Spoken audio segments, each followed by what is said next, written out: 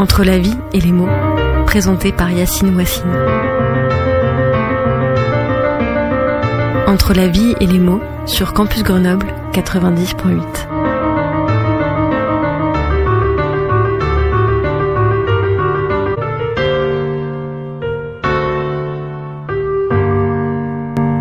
Bonsoir et bienvenue dans Entre la vie et les mots. Et les amis sont la famille qui nous est permis de choisir, disait Jorge Luis Borges dans son magnifique poème Tu apprendras. Il nous livre ici une pertinente et concrète définition de l'amitié. Mais ce n'est pas ce poème-là qui nous intéresse ce soir. Notre poème ce soir est un texte, un texte dont l'écoute est douloureuse pour certains, mais salvatrice pour beaucoup d'autres. C'est en même temps une chanson, mais pas une simple chanson, plutôt un poème extraordinaire, sorti tout droit des tripes de son auteur, écrit dans la douleur et la souffrance de voir un être cher, un ami en l'occurrence, souffrir sans jamais avoir la moindre possibilité de lui apporter un quelconque répit. Ce poème décrit alors cet état d'âme entre le sentiment d'impuissance d'avoir les mains liées face à quelque chose de plus grand que soi, et l'affection, l'empathie humaine due à un être cher. Son ami était malade, souffrant, torturé par la douleur durant des jours et des mois. Et face à ce sentiment de faiblesse, cette peine, notre auteur a su trouver les mots justes et éloquents pour exprimer toute cette affliction qui, pour lui bien sûr, mais d'aucuns seront d'accord, est la plus atroce des douleurs, plus pénible encore que tous les autres chagrins qui peuvent frapper un être humain, plus dur que les guerres ou la mort, plus dur que l'infidélité ou la défaite, plus dur encore, si possible, que les rêves évanouis ou l'innocence perdue. Bien sûr, il y a les guerres d'Irlande et les peuplades sans musique. Bien sûr, tout ce manque de tendre, il n'y a plus d'Amérique. Bien sûr, l'argent n'a pas d'odeur. Mais pas d'odeur vous mentonnez. Bien sûr, on marche sur les fleurs. Mais voir un ami pleurer. Bien sûr, il y a nos défaites, et puis la mort qui est tout au bout. Nos corps inclinent déjà la tête, étonnés d'être encore debout. Bien sûr, les femmes infidèles, et les oiseaux assassinés. Bien sûr, nos cœurs perdent leurs ailes. Mais voir un ami pleurer.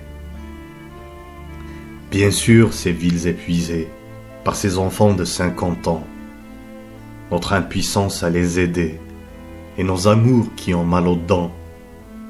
Bien sûr, le temps qui va trop vite, ces métros remplis de noyés, la vérité qui nous évite.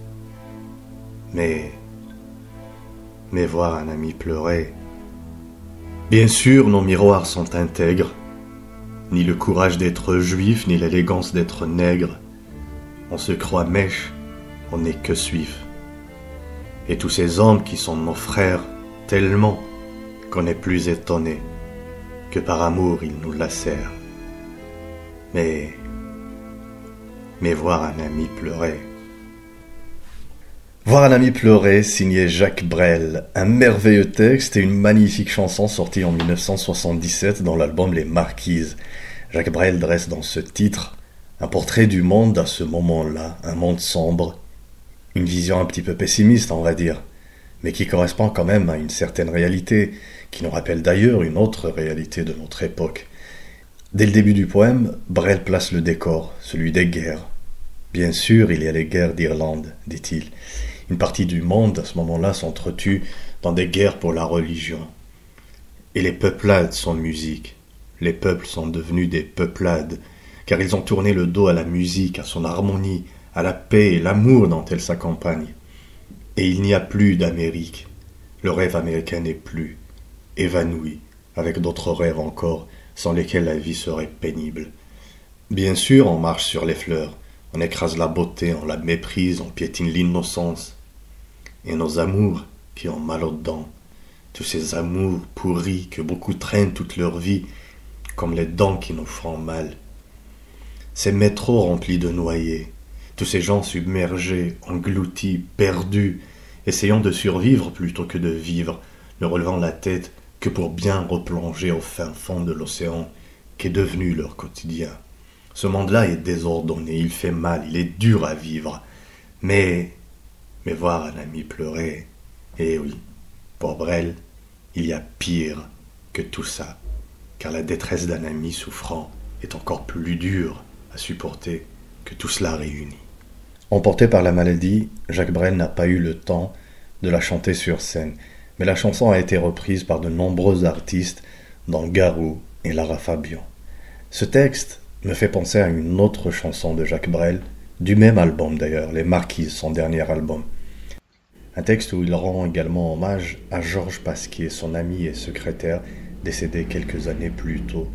Le texte est intitulé Jojo, surnom de Georges Pasquier. Jojo, voici donc quelques rires, quelques vins, quelques blondes. J'ai plaisir à te dire que la nuit sera longue à devenir demain. Jojo, moi je t'entends rugir quelques chansons marines où des Bretons devinent que Saint-Cast doit dormir, tout au fond du brouillard. 6 pieds sous terre, Jojo, tu chantes encore. 6 pieds sous terre, tu n'es pas mort.